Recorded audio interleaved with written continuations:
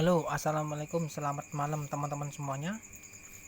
Di video kali ini saya mau tutorial cara rakit ring piston baik dan benar. Di sini ada 5 buah ring piston. Ya, 1, 2, 3, 4, 5. Yang dua ini adalah ring kompresi yang mudah patah, bahannya full baja. Yang ketiga ring ini kalau dijadiin satu sebutannya itu namanya itu ring bilas ya. Kalau yang keriting seperti ini namanya ring cacing ya. Dia fungsinya untuk mengeluarkan oli atau jalurnya oli. Kalau yang dua tipis ini lemes tapi tidak mudah patah, tapi bahannya udah baja, bahannya stainless ya, stainless steel ya, lemes tidak mudah patah, masangnya pun gampang. Yang ini ya, masangnya gampang. Yang agak susah ini, dia tebel, mudah patah, full baja.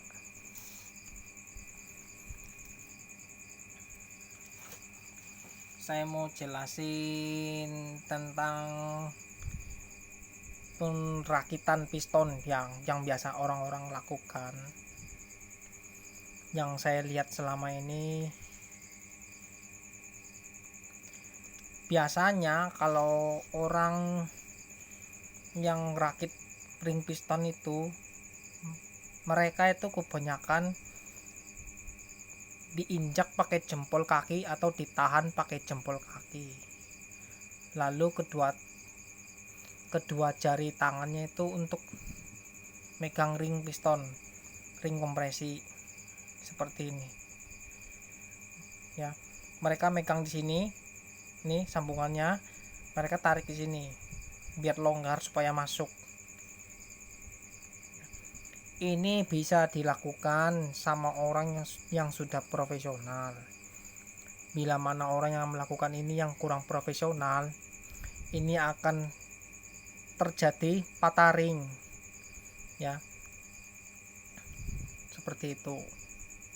Kalau masuk jangan cara seperti ini, pistonnya ditahan pakai jempol kaki, lalu ditarik seperti ini, dimasukin ini rawan banget patah apabila yang dilakukan bukan orang yang profesional gitu. Nah, sekarang saya mau tutorial cara masang. Ini bisa ditiru semua orang ya, terutama untuk pemula, terutama untuk orang-orang yang belum pernah rakit ring piston sekalipun dia bisa menirukan tanpa patah ring piston gitu.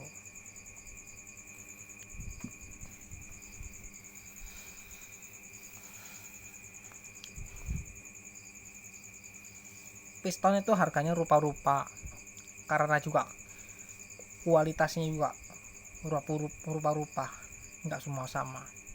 Ada yang harganya 120, 150, 200.000, 300.000.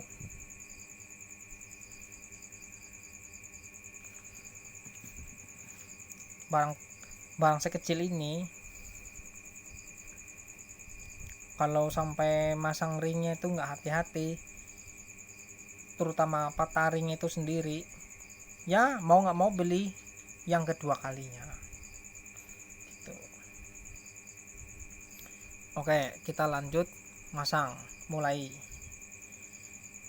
Kita masang. Mulai pertama masang itu ring cacing dulu atau ring oli yang seperti ini. Nah, masang.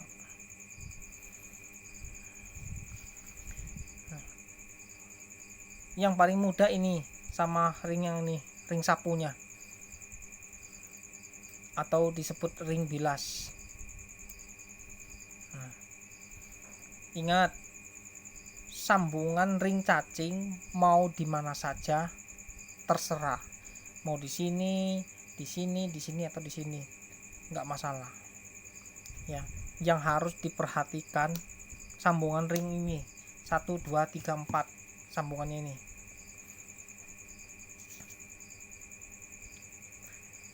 Di sini satu celah tapi ringnya 3, ring cacing, ring tipis 2, tengah-tengahnya ring cacing ya. Cara masangnya seperti ini supaya lebih mudah. Kita selipkan salah satu.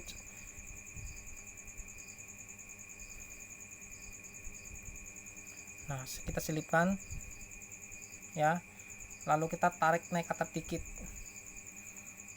naik ke atas sedikit. Nah, seperti ini gitu. Ntar biar lebih jelas, supaya lebih jelas. Nah, diperjelas, saya ulangi.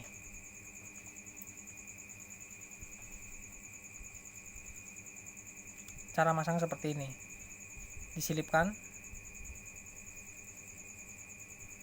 sambungannya ya. Setelah dimasukin sini tuh buram. Nah, setelah diselipkan salah satunya, kita naikin salah satunya ya kan, lalu kita dorong dari sini.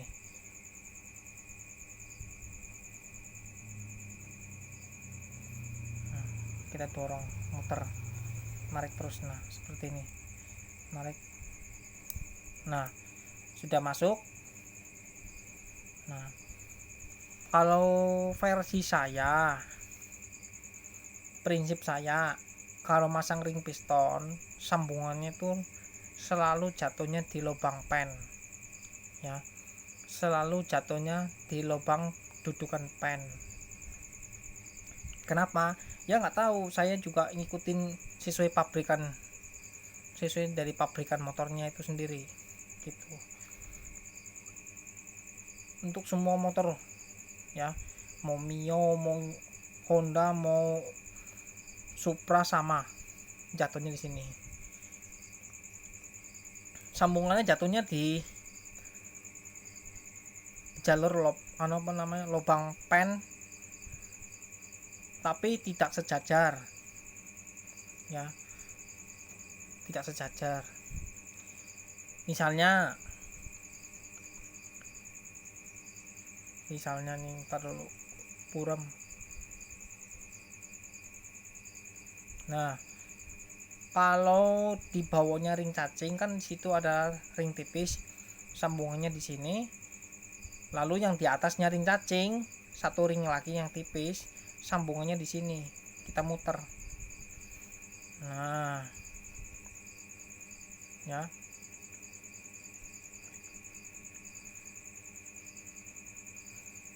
Seperti ini. Nah, kita selipin salah satu, lalu kita tarik dikit. Nggak usah khawatir, karena memang ring ini tidak mudah patah.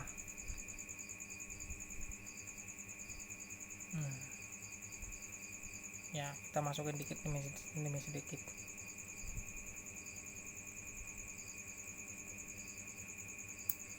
Nah, ini sudah masuk, berarti sambungannya jatuhnya di sini. Nah, tuh ya, jatuhnya di sini tuh ya, sini ya sambungannya ya. Kalau yang di bawah sambungannya di sini. Nah, sini gitu, satu arah, tapi tidak boleh satu jajar atau sejajar ya, atau sejajar ya, bahasanya tidak boleh sejajar intinya lah. Oke, kita masuk ke tahap ring kompresi yang mudah patah, yang bahaya.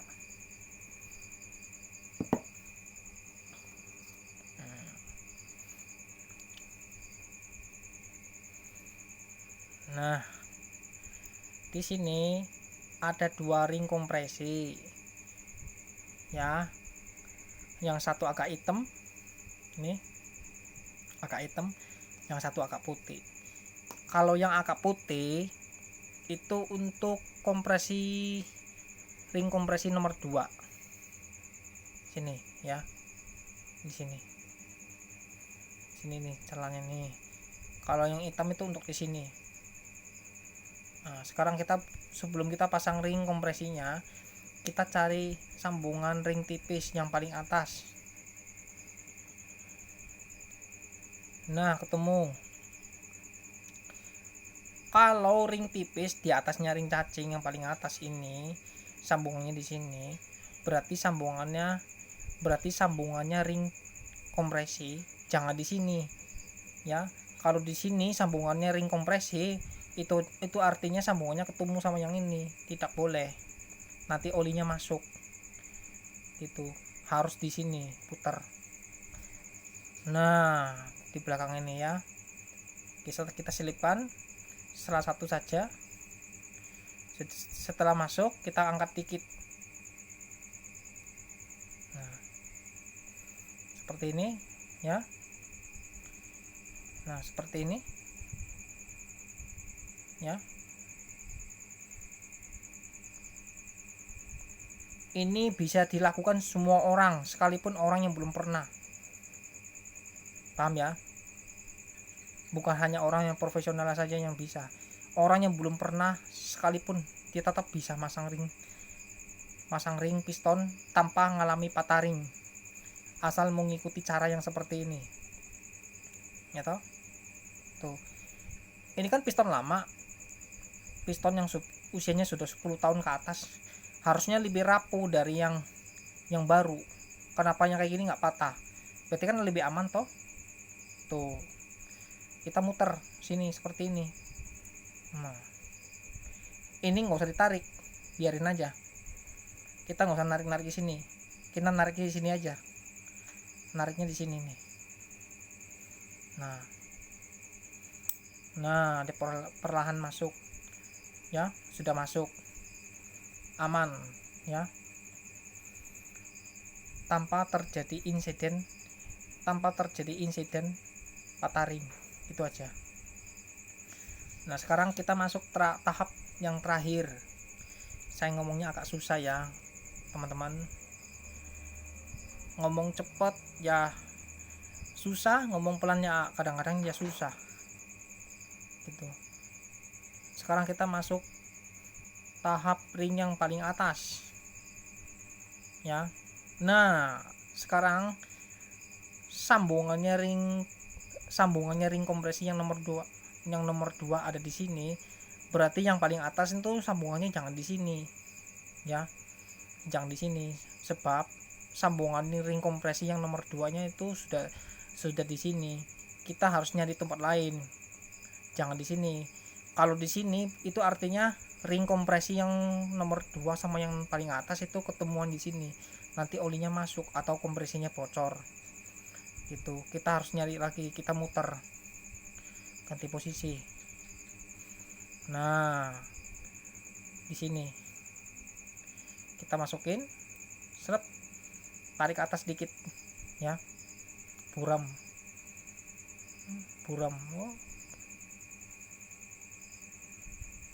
Nah ya, kita muter aja. Nah, seperti ini. Kita nggak usah narik ini, takutnya patah ya.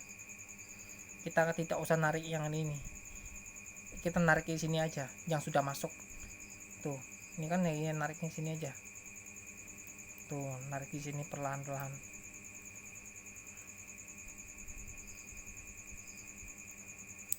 Nah, kan sudah masuk toh. Gampang banget, mudah ya, tanpa adanya risiko gitu. Tuh, satu jalur tapi tidak sejajar, lubang kompresi sama sama apa namanya itu, celah sambungannya itu selang-seling ya, saya kasih tahu sambungan ring tipis yang paling bawahnya ring cacing di sini satu, ya. Di atasnya ring cacing ada ring tipis sambungannya di sini. Nah, tuh, ya kelihatan ya, tuh. Nah sekarang masuk ke ring kompresi yang nomor 2. Ini kan yang nomor 1, yang ini nomor 1, ini nomor 2 kalau hitung dari atas, ya. Dia tuh ada di sini. Nah, buram. Nah, ada di sini. Kita benerin seperti ini.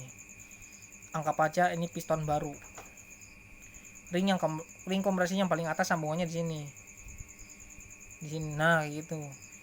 Jadi selang-seling, tidak boleh sejajar. Kalau sampai sejajar, percuma, piston baru juga olinya masuk, menimbulkan asap putih. Tuh. Paham ya?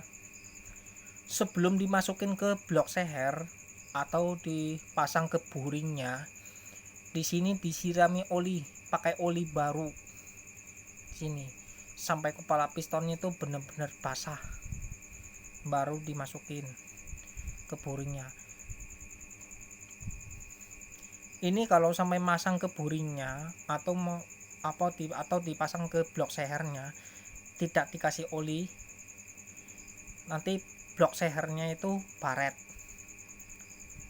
Belum dirakit, belum dipakai udah baret. Karena resiko tidak dikasih oli kita masang. Makanya anjuran saya itu dikasih oli dulu di sini, disirami pakai oli baru, ya. Terus blok seher juga dikasih oli baru, gitu. Terus pastikan tidak ada kotoran pasir yang menempel di blok seher ataupun di kepala piston, gitu. Ya, paham ya sampai di sini, paham ya teman-teman? Nah, buram, kamera lawas, lumayan buram. Kalau bahas mengenai oli motor, itu penting banget.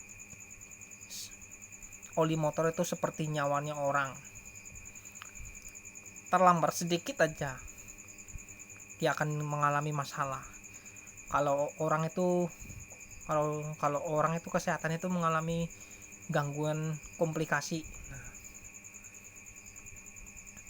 motor kalau pengen awet, tidak cepat ganti piston, motornya jangan sampai sekali-kali telat oli, ya. Ini terutama untuk ibu-ibu. Kalau ibu-ibu itu makai motornya itu suka lupa olinya, gitu. Pokoknya motor selagi bisa dipakai, lupa ganti oli. Tahu-tahu dibuka olinya sudah habis, tinggal dikit. Ini yang bahaya. Saya lihat banyak motor baru, ya, orang baru pakai 2-3 tahun udah turun mesin, ganti seher, ganti piston, gitu. Itu sebabnya di situ, jarang ganti oli, atau bahasanya tuh sering telat oli.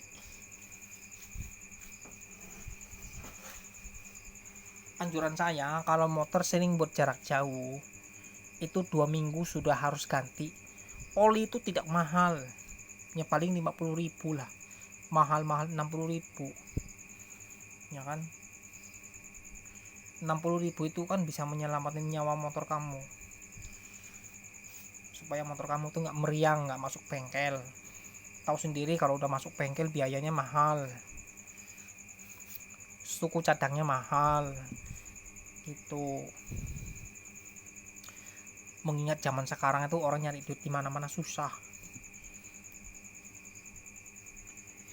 Nah, kalau motor yang sering jarak jauh, anjuran saya itu 2 minggu. Kalau misalnya Jakarta ke Jogja gitu, ya, itu nggak usah nunggu 2 minggu. Kalau memang dari Jakarta ke Jogja itu 1 minggu 2 kali atau 3 kali itu harus dalam 4 hari itu harus ganti. 4 hari harus ganti, 3 hari harus ganti. Kalau misalnya dari Jogja ke Jakarta misalnya, atau dari Semarang ke Jakarta gitu misalnya.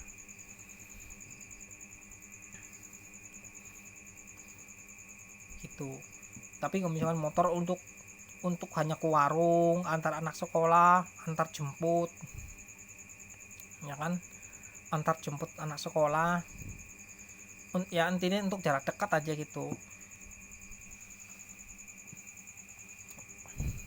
Itu minimal 2 bulan atau 3 bulan nggak apa-apa baru ganti gitu. Kalau misalkan motor untuk jarak dekat, kalau belum ada biaya untuk ganti oli, paling tidak dibuka, dicek.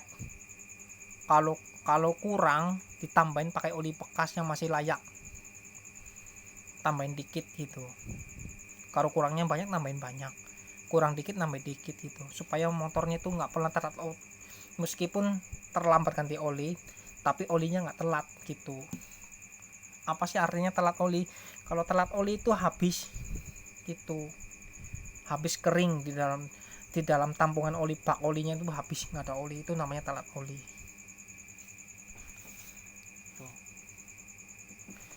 Pokoknya kalau motor masih ada oli bukan telat oli namanya, terlambat ganti gitu. Terlambat ganti nggak apa-apa, yang penting jangan sampai sesat. Kalau untuk motor yang tidak pakai jarak jauh gitu, hanya untuk jarak dekat aja gitu. Tapi kalau motor jarak jauh harus ganti rutin gitu. Kalau misalkan 2 minggu apa 3 minggu sekali Jakarta Semarang atau Jakarta Jogja, itu 2-3 hari harus ganti gitu. Iya, memang kenapa bisa 2 hari 3 hari harus ganti, sedangkan Jakarta Jogja, bayangin aja, dari Jakarta ke Jogja itu udah hampir 500 km. Berarti kalau dari Jogja ke Jakarta 500, pulang lagi ke Jogja 500, berarti 1000 km. Berarti kita sudah melampaui kilometernya. Sedangkan oli itu 300 km atau 500 km itu harus ganti gitu.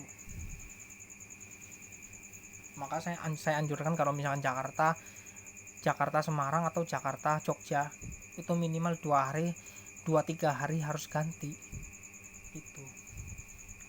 Kalau namanya orang ganti oli itu kan berdasarkan kilometernya. Kilometer itu minimal 500 km harus ganti, atau minimal paling lama itu paling cepat itu 400 km. Nah, sedangkan dari Jakarta ke Jogja itu kan 450 km. Berarti kalau bolak-balik berangkat sama pulangnya itu kan udah 900 km. Berarti kita sudah melampaui aturan makainya oli. Makanya saya bilang harus ganti 2 hari itu, walaupun olinya masih bagus, masih baru ya. Satu-satunya cara itu untuk mencegah supaya motor Anda awet itu seperti itu, harus hati-hati gitu. Kalau untuk motor jarak dekat hanya ke warung, antar jemput anak sekolah, itu 2-3 bulan nggak masalah. Kalau kurang ditambahin dikit pakai oli bekas gitu. Kalau pagi hari sebelum berangkat kerja dipanasin dulu, habis dipanasin 2 menit kita bawa jalan, pulang ke rumah, motor parkir di rumah udah 3 jam 4 jam, kita mau keluar lagi, mau kemana lagi misalnya ya, mau kemana gitu misalnya, kita juga harus manasin lagi 1 menit gitu paling enggak, manasin lagi. Pulang ke rumah kalau misalkan parkir lebih dari 1 jam atau 2 jam atau 3 jam misalnya, kita mau pergi lagi, kita panasin lagi, rutin itu setiap saat. Kalau motor kita parkirnya lama, kalau mau dipakai kembali panasin dulu. Insya Allah motor Anda awet, tidak mudah turun mesin gitu, alias tidak gampang rusak, karena memang perawatannya rutin, diperhatikan olinya. Oke, sekian dulu dari saya. Assalamualaikum, mohon maaf sebelumnya kalau ada salah-salah kata dari saya. Assalamualaikum, selamat malam. Jangan lupa subscribe, karena subscribe itu gratis. Assalamualaikum, jumpa lagi di video selanjutnya. ngomongnya agak kakok.